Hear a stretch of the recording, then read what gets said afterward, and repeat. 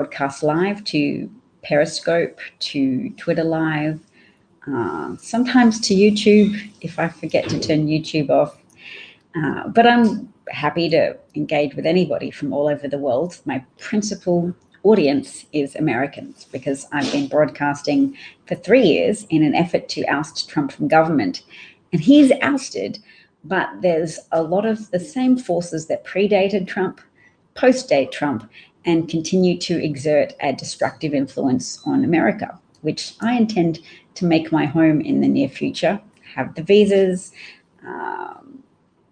My family are moving there, my husband works there, and I'd like it to be a safer place. And my heart really goes out to everybody suffering under the emotional terrorism of the coalition of Republicans, the NRA, the Koch brothers, the Mercers, who have all conspired to make America worse as part of a project to fill their own pockets with stuff, with maximal profit margins at your expense.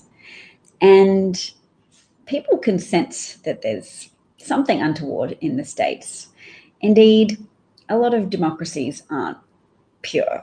Democracies are corrupted the minute you take your eye off the ball, and various countries would score points on a system. If you awarded pro-democracy points or corruption points, everybody's got a mixed bag. But I wanted to make the argument that I think that's why some people are attracted to liars like Alex Jones, the Sandy Hook truther, anti-vaxxer, insurrectionist, fat liar who sells supplements. Oh, I feel hypocritical calling Alex Jones fat. Forgive me, Lord, put that in my negative points for the day score. I've clearly been watching The Good Place and I enjoy it. Oh, Marsha's here. Marsha says, hi, Dav. Hi, Marsha. Nice to see you. I put out an invitation yesterday for anybody with any video editing skills that wants to intellectually hold my hand whilst I work on improving my video editing skills.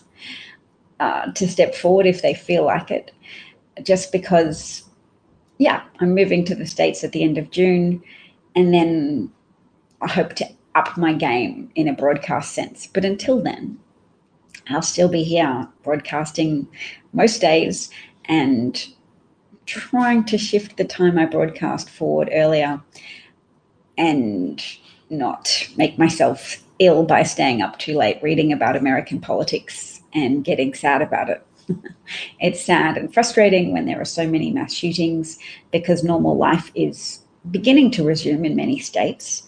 Certainly some openings may be precipitate, but if you have mask wearing and good adherence to social distancing rules and good rates of air circulation, if you have air in rooms being refreshed by doors opening, fans being placed at doorways to keep ushering in new air, then you've mitigated some of the risks of catching COVID or a COVID variant.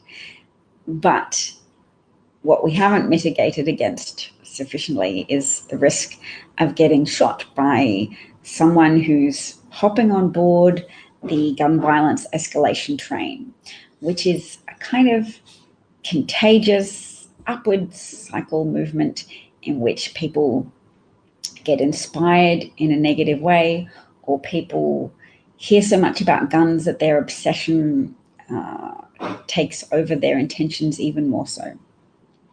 Marsha notes it's very sad about the gun situation and we must still mask for a while. Yes, even if you've been vaccinated, masking is a great way to show that congregating indoors is not safe during a pandemic. It's not a safe thing to do, but if you must, then you can wear a mask. Outdoor mask wearing has a performative element to it because it's very difficult to contract COVID outside. There's just lots of air circulating, higher degrees of air turbulence.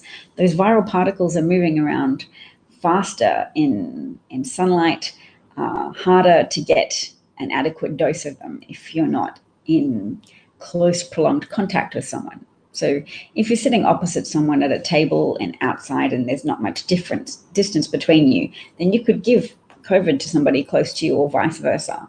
But it's harder to contract it, say, from a massed crowd protesting outdoors, as occurred with the George Floyd riots, when a lot of George Floyd protests, my bad, that was a terrible guff. The George Floyd protests, when hundreds of thousands of people congregated outside, they were all marching forwards rather than facing each other and emanating respiratory particles towards each other. So that's something. And there was very little spike. There was no spike associated with those protests, even though people were like, how dare you, the hypocritical left, telling us to stay home because of COVID. What you need to stay home from is indoor congregation events like church attendance and choir practice, and schools and dining institutions and bars where you spend close, prolonged indoor contact time. Marsha wants to know, after you've been vaccinated in Australia, when do you get the second shot? I'm not in Australia, and Australia is really behind schedule. They wanted to have 4 million people vaccinated, was it by the end of October? And they're 3.4 million behind that schedule at the moment. And then they've also paused or made AstraZeneca available, or they're encouraging people who are under 30 not to get the AstraZeneca vaccine. Because on the balance of risk benefit, there's not very much community transmission at all in Australia.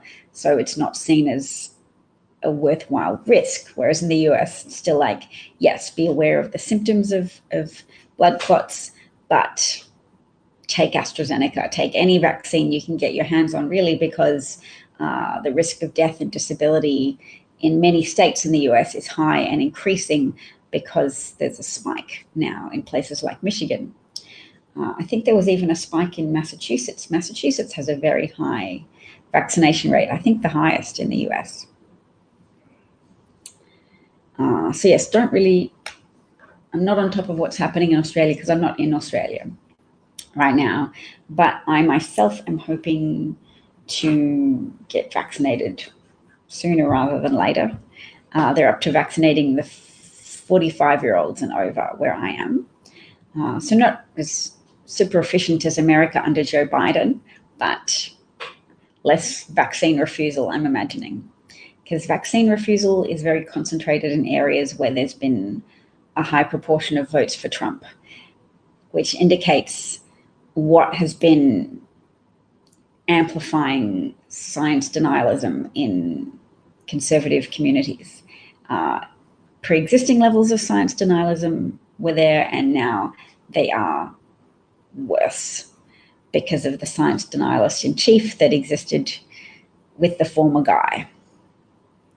Yes, it's the 18th of April, and President Joe Biden's administration has met their deadline of being able to offer the vaccine to any adult over 16 by this date.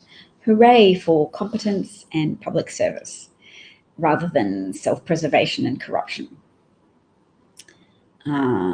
So yes, Marsha says she thinks by next week anyone over 18 can be vaccinated.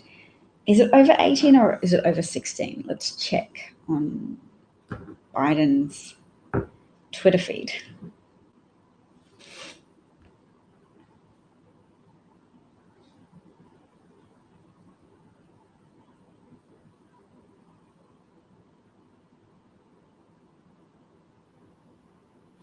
Every American over 16 is now eligible to get a COVID-19 vaccine. It's free, it's safe, and it's how we're going to bring this pandemic to an end. Get your vaccine, he says. So I'm going to play that because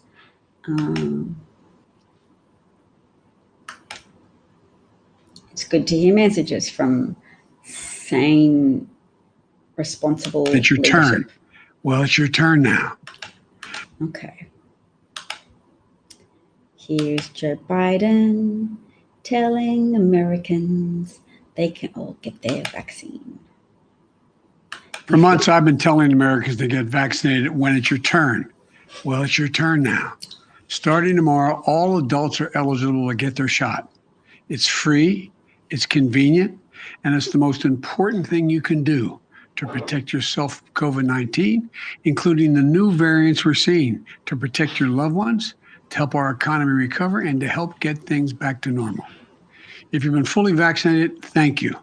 If you're planning to get vaccinated, make sure you follow through, please.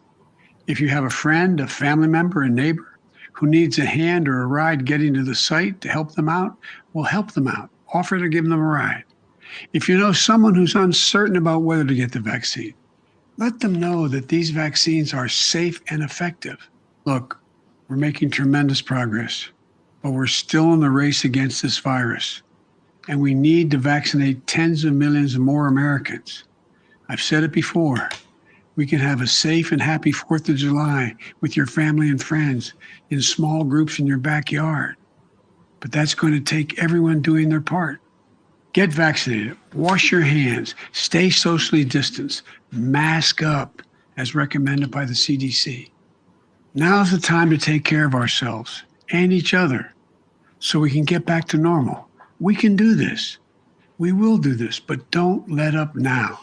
Thank you, and enjoy the rest of the show. Oh, well, that was nice. I like the emphasis on we can take care of each other. We can do this. Every obstacle is something that can be improved or overcome through collective effort. That's my pro-democracy pep talk for today, actually. I had this thought while in the shower that even when Trump was in charge, you might feel frustrated that the government is so terrible. And under Trump, there was a lot of terrible things to feel sad about. I mean, the mistreatment of immigrants who had their children taken away from them and put into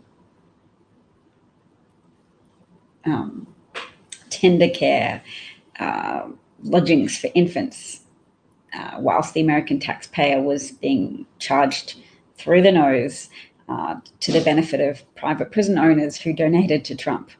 The environmental protections rollback that made everybody around the world with their eye on the ball afraid of what would happen in the future with climate change, because it seemed difficult to imagine extricating Trump from office, and the course was being set to Extinctionville, significant existential threat of failing biodiversity and increasing greenhouse gases. And that's still a problem and a threat, but the Biden administration is going all out to address that problem. Hooray, hooray. That was one of the big motivators for me in trying to help oust Trump from office, was that the world was endangered by his corrupted positioning on climate science. And my point was about democracy, that even under Trump, there were still elements of democracy which flourished. And that we, the people, even if we don't feel like we control the government or the government was corruptly elected with the help of Russia and Israel and Saudi Arabia and Egypt potentially as well, even if there have been injustices, we, the people, are still something that government gravitates towards, whatever we manifest as. So we are noisy, or we build a consensus against overly lax gun laws that allow guns to proliferate and end up in the hands of aggressive, violent people who commit mass murder. If we work on building a consensus and building visibility and looking reasonable and decent and being persuasive, that is how we become the government of the future. Because even Trump made some concessions sometimes to popular outcry when a consensus became so big that even independent and Republican-leaning people were like, oh yeah, wait, taking children away from their parents isn't so good. We better at least look as if we don't do that, surely. So remember when Trump tried to say it was the Democrats' fault and that he was going to magnanimously write an executive order to bring a halt to that terrible business of ripping children away from their parents and caregivers. We always have the power to do something. And that happens with every democracy because there's always elements of corruption. There's always self-interested parties that will advocate for themselves in a way that incurs a cost, a terrible cost to others. So as Jewish people sometimes say, eternal vigilance is necessary. And even under an administration that is democratically elected without Russian interference, like Joe Biden and Kamala Harris, it's still incumbent on us to be that part of future government that we can be by being vocal about the need for gun control, helping Joe Biden and helping Kamala Harris point to a vocal community to say they really urgently want gun control. Be an undeniable majority that's harder for Joe Manchin to ignore. And when you accept any endeavor, you accept the likelihood of disappointment, frustration, and loss. And so many Americans have experienced so much disheartening frustration and loss because they've been beating their heads against the brick wall of Republican obduracy. Obduracy is a fancy word meaning stubborn. And they've been very stubbornly in the pocket of the NRA, and the NRA has been very stubbornly in the pocket of the Russian government. Namely, they accept funds from Russian-connected people, and it's part of Vladimir Putin's wish list to facilitate Americans killing each other and getting frustrated and angry with each other and perverting democratic processes in the United States. So yes, it's a big undertaking to keep being visible and vocal and to build a consensus that gun laws need to be tightened. There needs to be more campaigns for gun safety, just because there's been so much loss and failure in the past, and it's always hard. But that's why people climb Everest, not because it was always easy to everybody in the first go. Human beings can be stubborn little creatures, and when we acknowledge that something is difficult, and maybe when we acknowledge why it's difficult, that can help recommit us to that difficult task. So when we are open and acknowledge that Republicans are harming Americans, they're not just an alternative political party, they're a cover story for a lobby group for gun manufacturers and fossil fuel interests. They know that there's this huge invisibility of public subsidy to people who are already well off.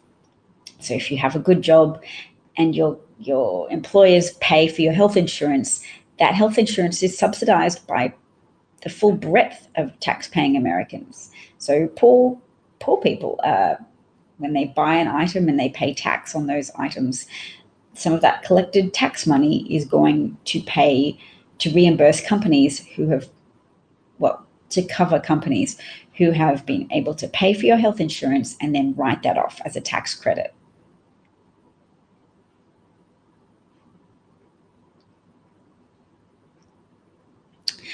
Sheldon makes an observation that Trump will be a 3-term president, 2 more terms, 1 in federal prison and 1 in New York State prison. We can always hope.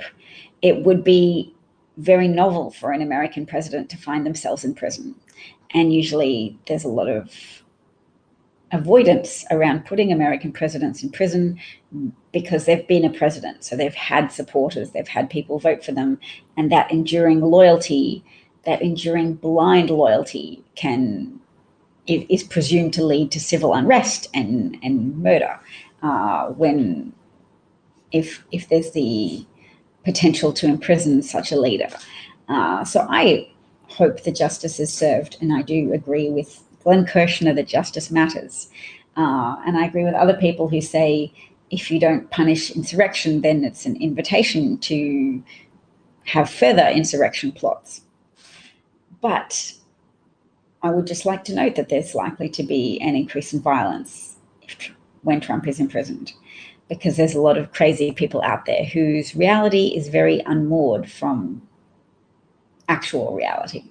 And in 2017, I met an American man on Facebook, friend of a friend, and he was very insistent that if Robert Mueller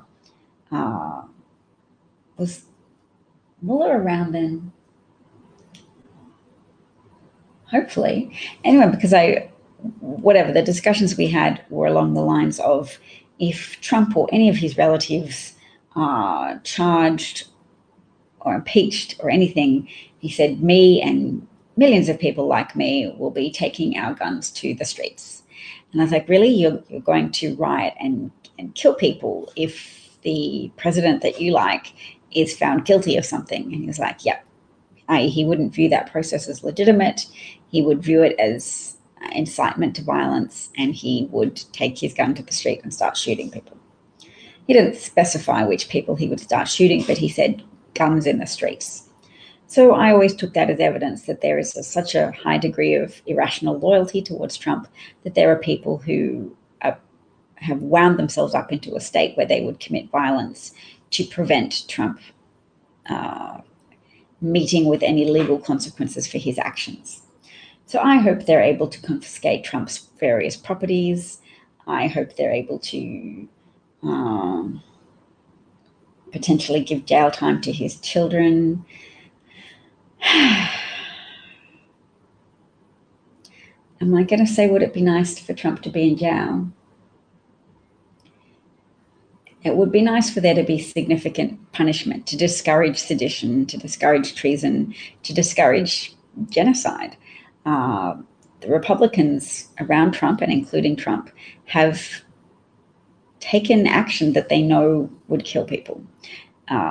They purposely disbanded a national testing strategy group because they thought it would be more politically favorable to them if lots of people died, and they were able to point to Democratic governors and say that was their fault.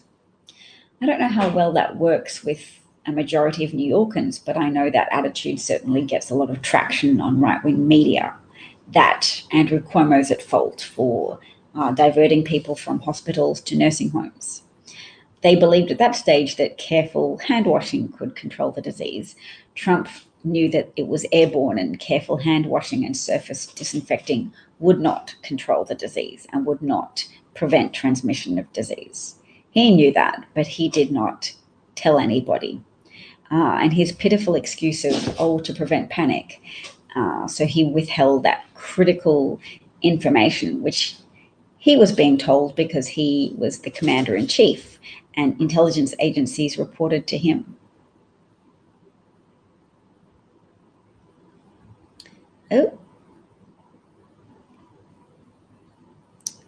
Oh, good, back on. We had a little bit of a break in transmission, I think. Knowledge El Shabazz is here and says, hello, how are you? I'm good, thank you. How are you? Thanks for finding me through YouTube. I do broadcast to a few different platforms. Now let's see, what else have we got today? I've noted that there's a travel recommendation from the State Department that says do not travel to 80% of the world because of burgeoning COVID cases. And I note that the right-wing media is getting upset that Representative Maxine Waters made a statement that protesters should get more active and controversial in the fight for justice if Chauvin is found not guilty. And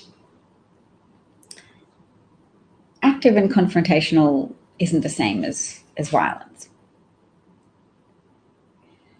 So I can see why people in the right-wing media would get very excited and say it adds to the picture of Maxine Waters saying that people should get all loud and up in the face of people in the Trump administration when everybody was very upset about child separation.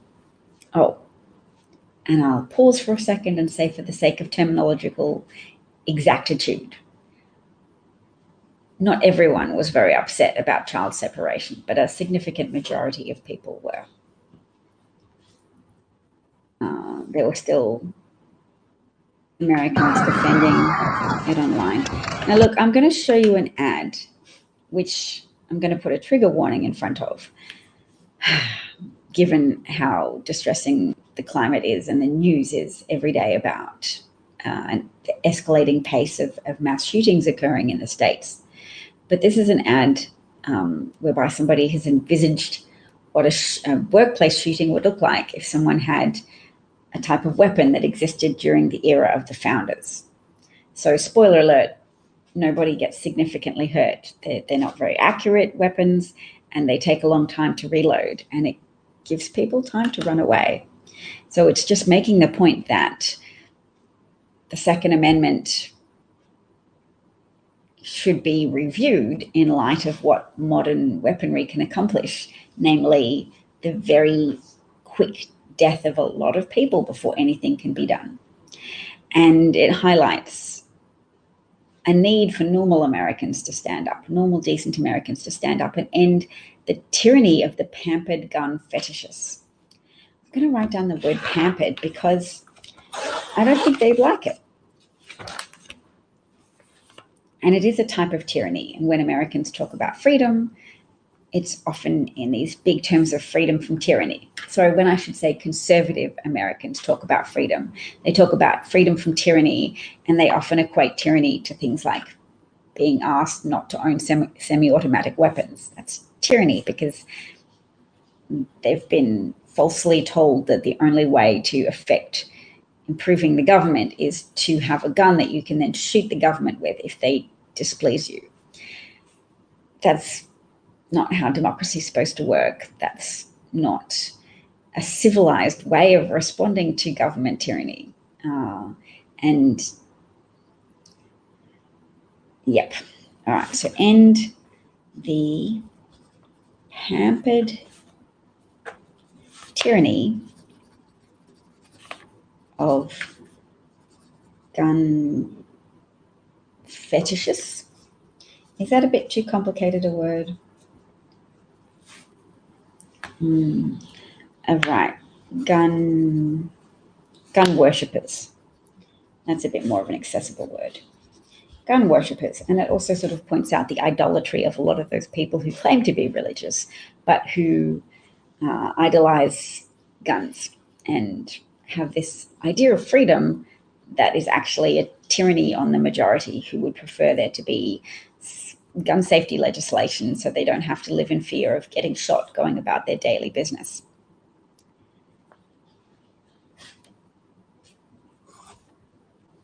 Okay, I'm going to write a blog today, hopefully called End the Pampered Tyranny of the Gun Worshippers, because they don't constitute a majority. It's just American politics is so configured as to privilege evangelical, religious, white, rural voters who exercise a disproportionate influence over the American system if they live in a state with a low population.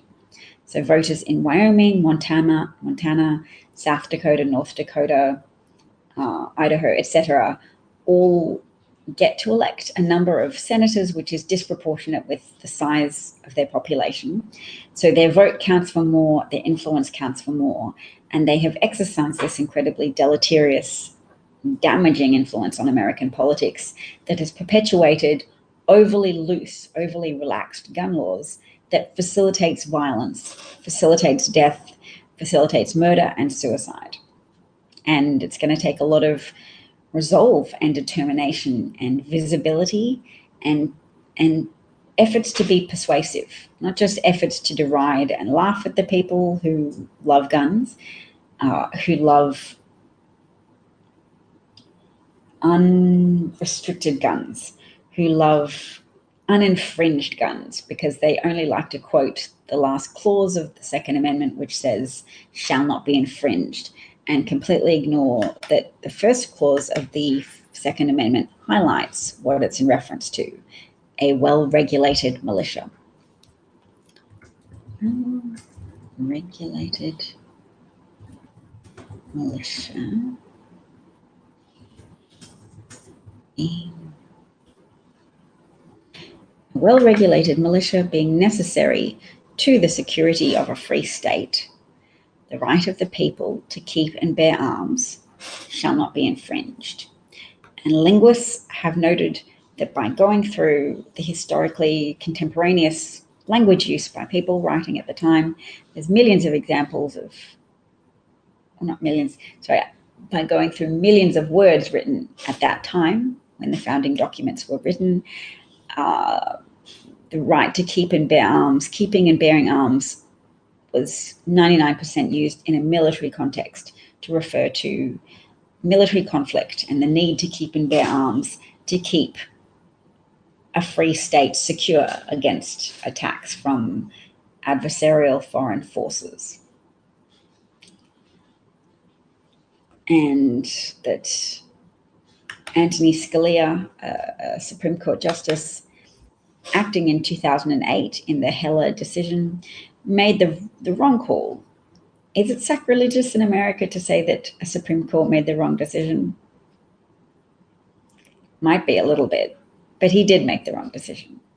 Linguists have said, look, he ignored, or he didn't have access to the same body of evidence that's been collected and compiled and analyzed now, whereby we can say with full confidence that the right to keep and bear arms refers to a military context, not to a personal context. So we don't have a lot of commentary at the moment, except I have somebody announce that they are from India. That's nice that you're from India. The less nice thing is that there's a very burgeoning pandemic situation in India. COVID is taking the lives of a lot of people. There's over 200,000 new cases per day in India. India has a large population, but that's still a sign of a pandemic that's out of control. And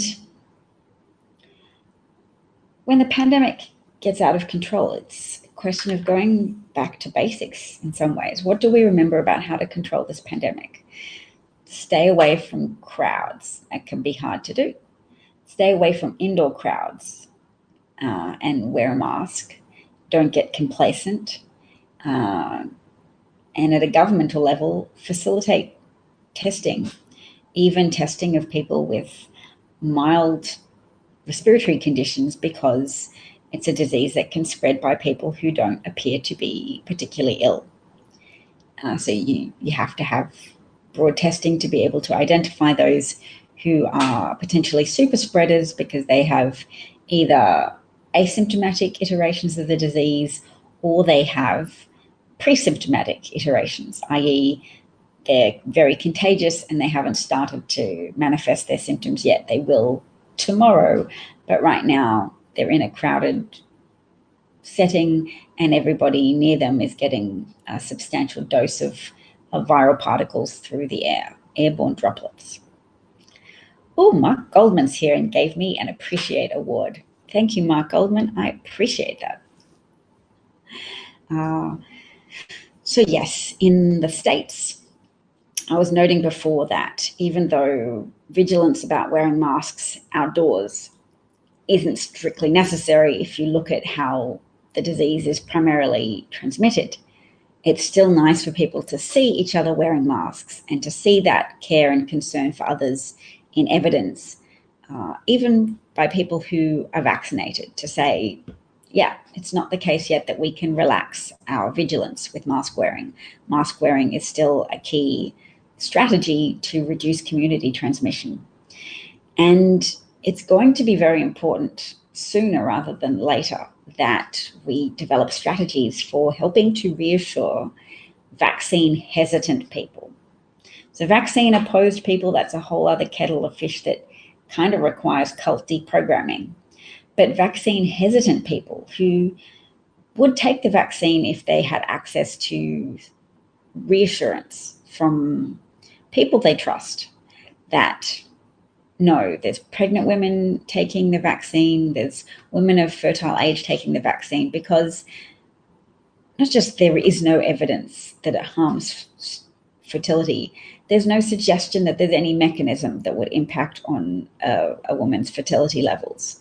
And there is a lot of evidence that having COVID impacts the ability of men to sustain erections. So it impacts on male fertility levels, really, because if you can't sustain an erection, then you can't easily procreate. Tully suggests that maybe we should all move to these low population states and then elect representatives. Might be easier than changing the current framework. Well, I think President Biden is moving forward with exploration committees with regards to adding states to the total of American states. So Washington, D.C., which has a significant population, is it more than South Dakota? Could be. We'll look it up.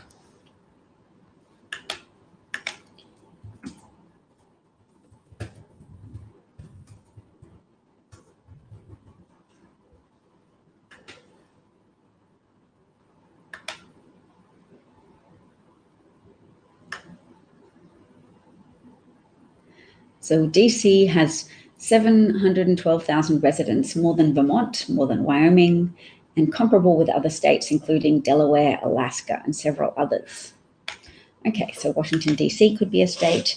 Puerto Rico could go from being an American territory to being a state, and thereby getting political representation, which would preclude some more of those types of injustices that occurred under Trump, whereby federal aid was not efficiently or effectively delivered and was inadequate. So I think some people do move to red states because they have lower taxes, and that potentially is impacting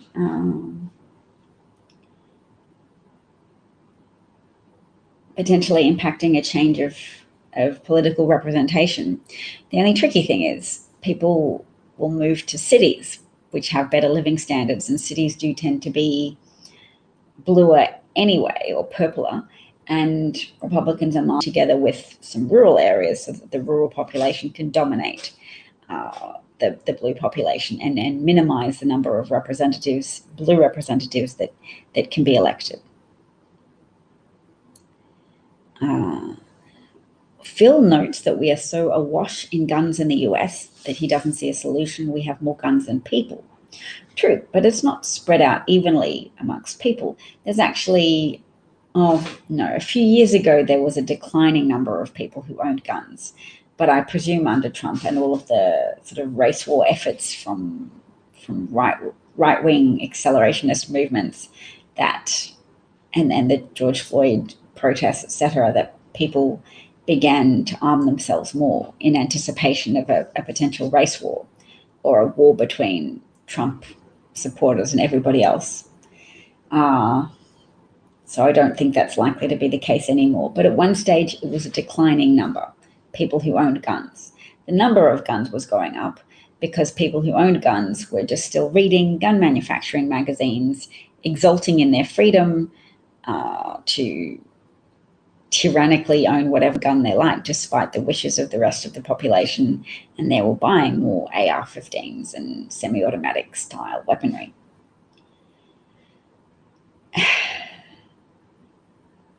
So I don't think it should be a give-up situation.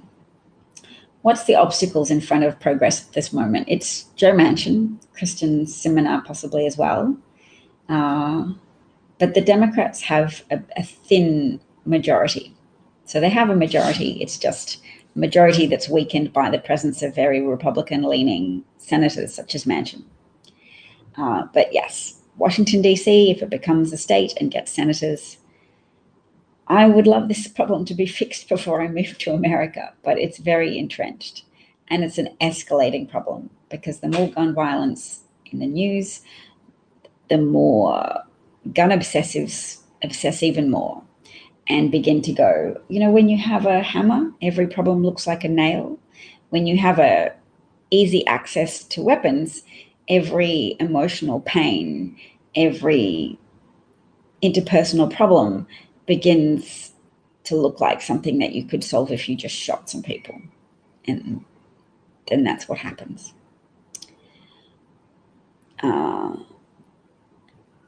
Phil says the pandemic has actually caused a migration to Montana, Wyoming, and Idaho. That's interesting. I wonder who's moving there.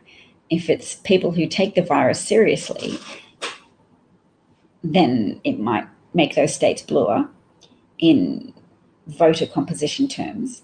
But if it's people who are actually running away from pandemic restrictions, then it could just be a condensing of conservative, anti-science, COVID denialists moving to Montana, Wyoming, and Idaho.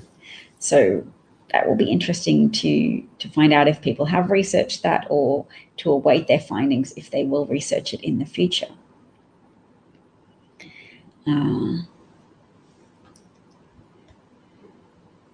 Does anybody... Oh, I promised I would share this ad. Look, I'm going to share this ad because never give up that action on guns can be taken. If we're more persuasive, if we continue to share well-made videos and continue to articulate our thoughts on the subject. So find people who look like you or who occupy a similar professional position, because you can often persuade people who will look at you and think that you are a kindred spirit, that there's some signifiers on you or in what you do that says we should be able to relate to each other. They're more likely to hear you out. So if you're a dentist, maybe you can find other dentists who believe in guns and point out that you have some things in common, probably, that the gun safety laws would mean people might be compelled to lock up their guns so that their children can't access them, that people might stop getting to access loopholes in gun shows that circumvent the process of background checks. Without writing people off, there's sometimes areas of agreement that can be tapped into. All right, so here's this ad. I kind of just left it up. I'm going to take myself off the screen and press play. So trigger warning, this depicts a mass shooting in which nobody is harmed, but it's still shocking. Excuse me. Hey! Hey!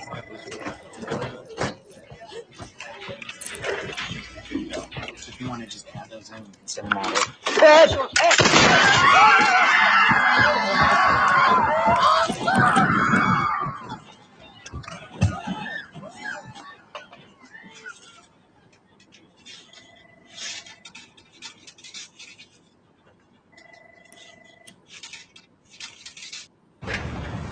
Okay.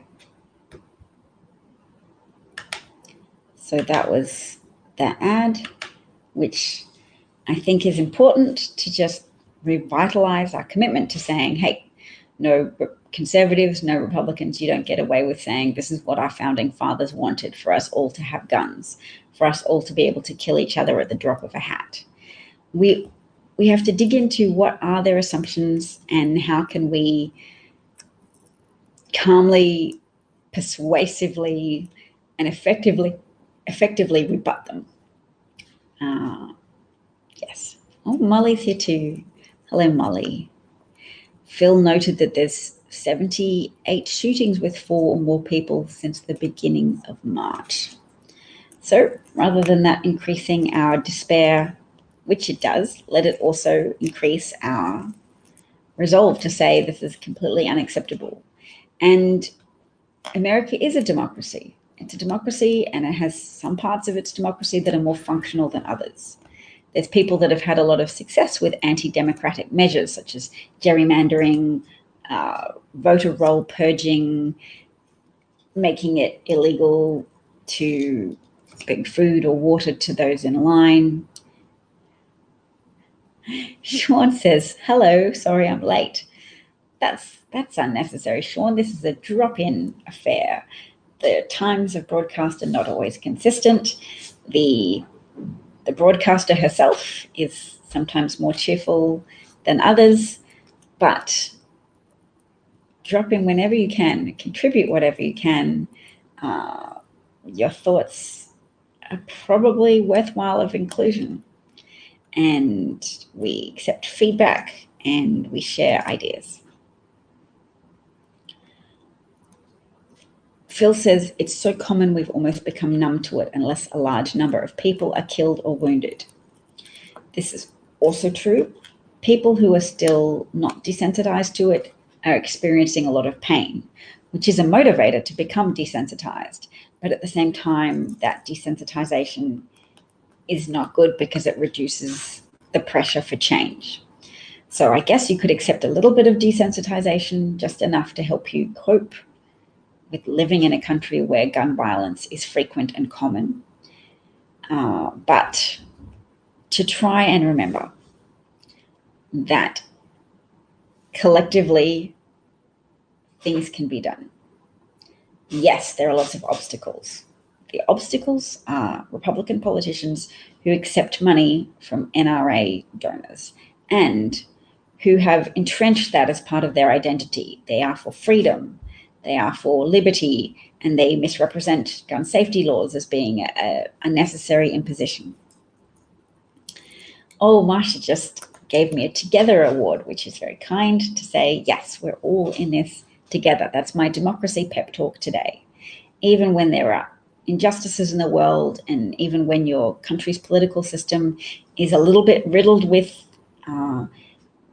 baked in disproportionate preference given to pro-gun, pro-slavery, pro-Confederacy, racist people who probably want guns because they fear some kind of biblical response to Black people having power. They fear that if Black Americans have power, they will enact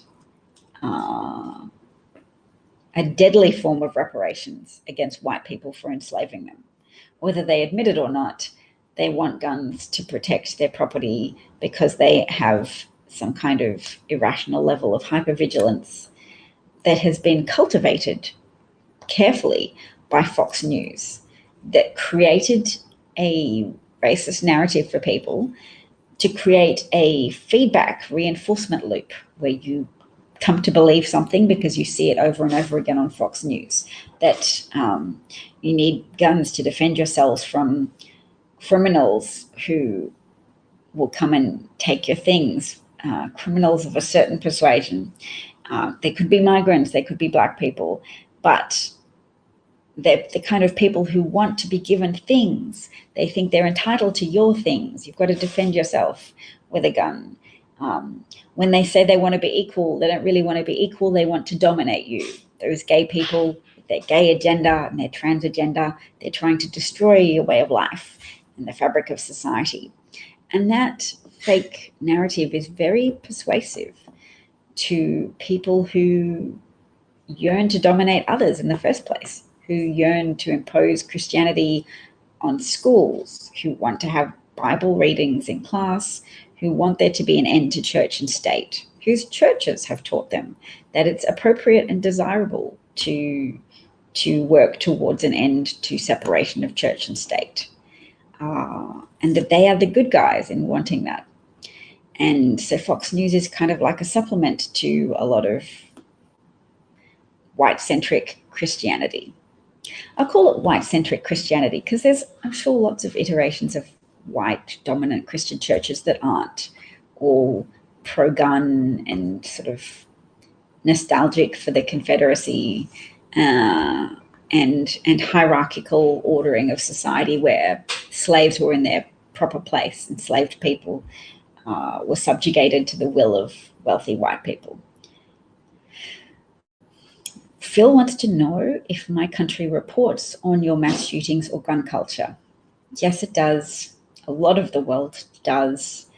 It's like all things, its outliers command attention. And America is an outlier in the developed world for the amount of violence and homicide and gun violence it has, and that its laws encourage. So yes, Australia does report on it, and people feel sad. And my family members who know I'm moving to the States with my young children, their relatives, and my husband are worried about us and worried for us. And I'm sorry to be putting them through that. We don't have any intention at this stage of reversing our decision to move to the States, but it's just hard knowing that people are worried about us and that I get worried about us for ourselves. Massachusetts, I think somebody pointed out yesterday, has strict gun laws and low gun violence as a consequence, but it's still a thing. Even low rates of gun violence is relative to the rest of America, where there are intolerably high levels of gun violence.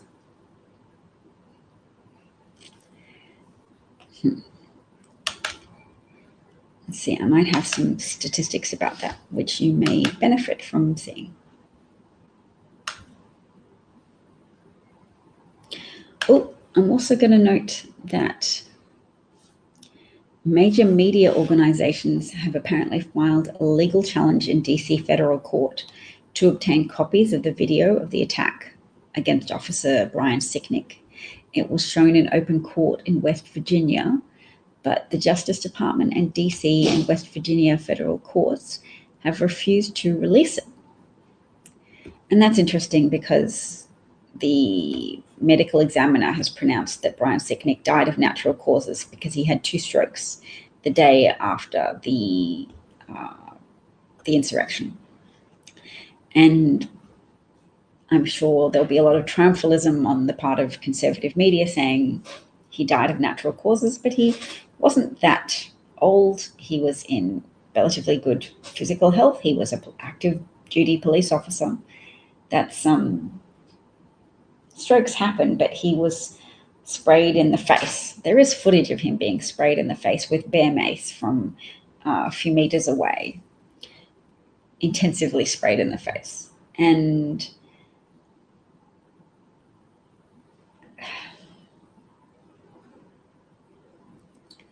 I don't know, I think there's going to be some continued insistence that Brian Sicknick would be alive, that Officer Sicknick would be alive if he hadn't been attacked by thousands of Trump supporters who were engaged in battling police officers. I note also that Ron DeSantis, the Republican governor of Florida, has signed an anti-protest bill into law that will be challenged in the court system and hopefully soon repealed in the court system. But I think it shows the anti-democratic, anti-constitutional intentions of many Republicans, that they're seeking to retain power by shrinking the electorate and also silencing the electorate.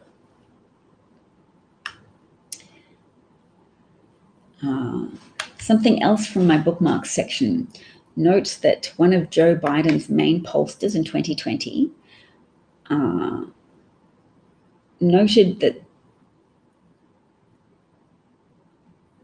that there is actually some high support and even bipartisan support for pro-immigration policies.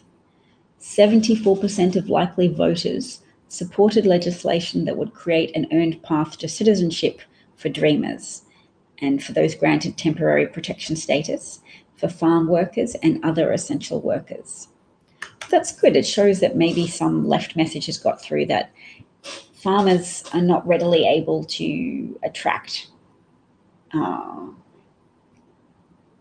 native-born Americans to the laborious tasks of picking strawberries or picking lettuces and things. It's hard, backbreaking work. And it contrasts with the relative ease of much of American life in a physical sense. Emotionally, there's some problems associated with wealth.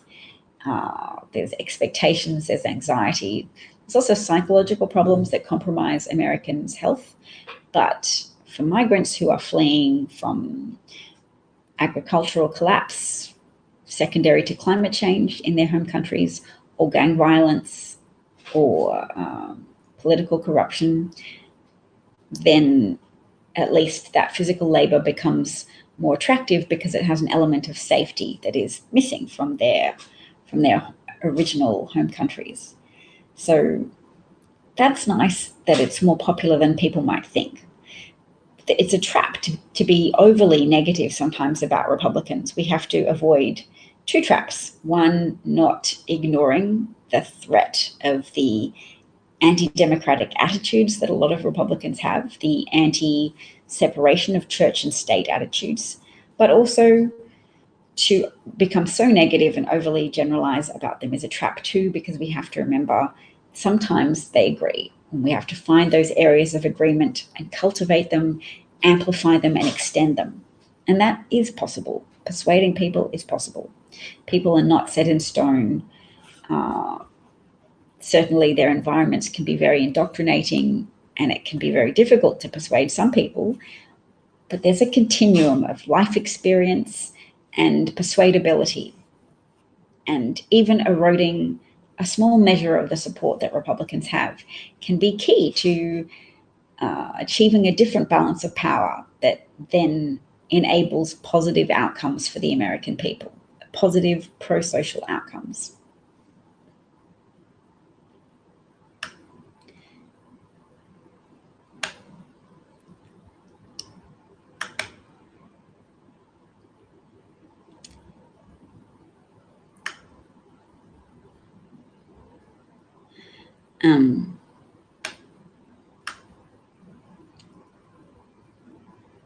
Molly said, the white militias are what scare me. Friends in Alaska have told me that several groups have moved into Alaska's wilderness areas and can't be moved out of it because they're so heavily armed. That is scary. And no one is reporting it because it's in native Alaskan territory. I wonder if we can change that by badgering journalists on Twitter. Twitter allows for the democratization a little bit of the news, in that we have at least the opportunity to personally address journalists and ask them to report on things. Doesn't mean our power and influence is significant, but we at least have a glimmer of hope in that department. Kim, she notes that is horrifying. The more she knows, the more she fears the monster that MAGA made. They are kind of monsters. They have retreated further from reality. The more facts contradict their views, the more they become extreme out of an unwillingness to accept that they were wrong in the first place. And the more exploitative people like Alex Jones, like Marjorie Taylor Greene, lead them away from reality even further. One positive thing, Marjorie Taylor Greene backed down from something. From that Anglo-Saxon white caucus, what was it called? The America First caucus. So there was a statement made by Marjorie Taylor Greene's spokesman. He made a speech saying that there's an announcement we're working on this protocol for this caucus. And she said it was so unpopular and derided so broadly, and people saying this is so racist, to talk about the beauty of European architecture and how that has to be more celebrated going forwards because white things are so great. The backlash was so broad and clearly had enough of a bipartisan element to it that she pretended she was never part of that. And she said, the media is so libelous. They've made something up. I have no involvement with that, blah, blah, blah. They felt that she felt compelled to lie about something so easily disprovable. Shows that she was trying to clutch at straws to regain some support from maybe independent, weaker Republicans that were looking askance at her. There is still power in people. There is still the noise that people made in response to that America First caucus statement was sufficiently big that it had strategic impact. I'm looking at a comment from Phil that says the problem is guns can be purchased in more. You said gun-friendly states, and I'm going to try and find a term to use that sounds less positive. Gun lax lax meaning loose, meaning irresponsible, gun irresponsible states, and transported across state borders. See the Indiana shootings. Yes. Newt Gingrich really understood the power of language to shape public opinion. He had a printout that he distributed to Republican politicians, giving them some negative words to use when describing Democratic politicians, and to use those words repeatedly and create an association in people's minds. So you keep calling Democrats, I can't remember what was in Newt Gingrich's sheets, info sheets, but I want to do the same thing. Only it's not going to be a fabricated association. It's going to be a real association holding Republicans to account for being irresponsible with gun laws, irresponsible with COVID. That word, irresponsible, I'm going to keep using it because it's very applicable. And amongst the left, we often try to be fancy, and we'll all each try and come up with our own fancy words for describing Republicans. But if we embrace the idea of being concerted in our denunciations, not to call Republicans hicks, that's not a fair denunciation. Some of them are rural, some of them are in the cities. And we want to be accurate, because being accurate and convincing in your truth and your perspective is persuasive.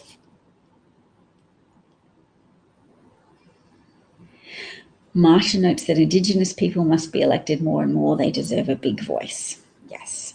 Sheldon says it's past his bedtime. Sorry, Sheldon. Oh, well, I'll go soon because it's been an hour that I've been online now.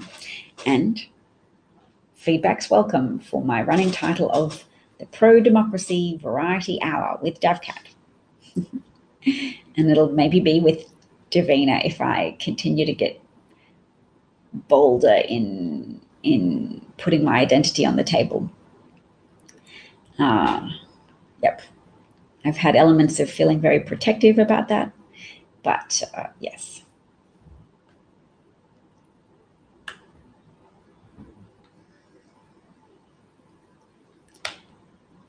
Oh, here's a little video before I go. It's just an advertisement for something that's going to be on Wednesday at 10 p.m. on PBS NewsHour, contrasting healthcare in the US with healthcare in comparative developed nations around the world. So I think that's a good thing to bring into the public arena to consider. What is America like? The pandemic has highlighted inequity in healthcare and even widened the gap.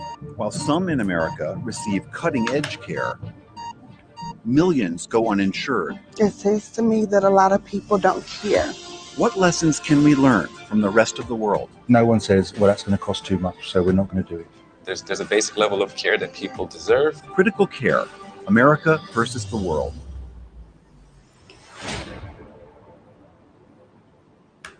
The pandemic has... So that's my bit for the day to provoke interest in that. Ooh. Rolling Stone has an article on 11 foods that are already being impacted by the climate crisis. It's good that people are using the term climate crisis to build up public understanding that it's something that's already impacting us. It's a crisis and it's a real problem, regardless of the millions upon millions of dollars that are spent by fossil fuel interests, misrepresenting the problem, underplaying it, creating public division about it. Yes. And I also, before I go, would like to note that Judge Cahill has denied Derek Chauvin's defense motion for a mistrial based on Representative Maxine Waters' statements over the weekend that protesters in Minnesota should get more active and confrontational in the fight for justice if Chauvin is not found guilty. Sheldon's saying, we like the mystery of your true identity.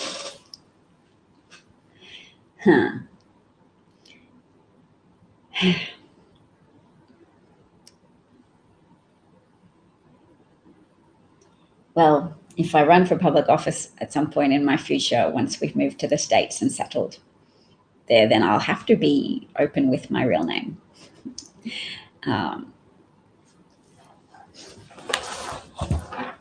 One day, full name. Pardon me. One day,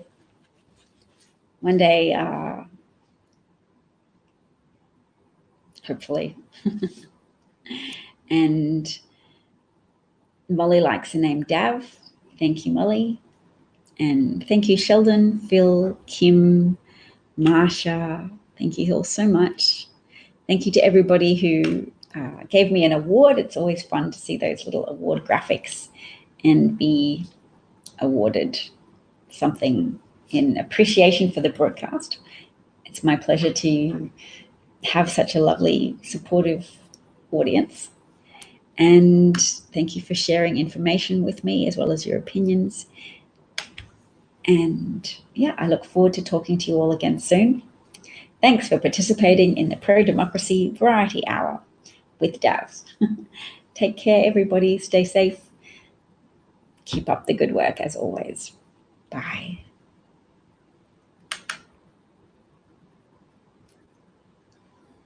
Oh, wait.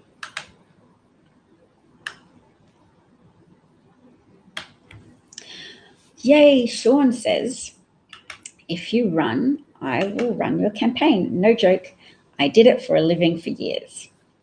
Well, there you go. That's the plus side of my investment in broadcasting. Hopefully that I meet with people who will know what to do and who want to make a difference and who believe that I could be an advocate for positive change. And not just because I want power or access to power. I want good things for people. I want safety, security, and an opportunity for people to flourish and to thrive and to have that genuine freedom, freedom of fear from mass shootings, freedom from fear of selfish people hurting others with impunity, people like the QAnon militias and the white supremacy militias who keep trying to initiate race wars because they think they're inevitable and they want to be in control of initiating one. And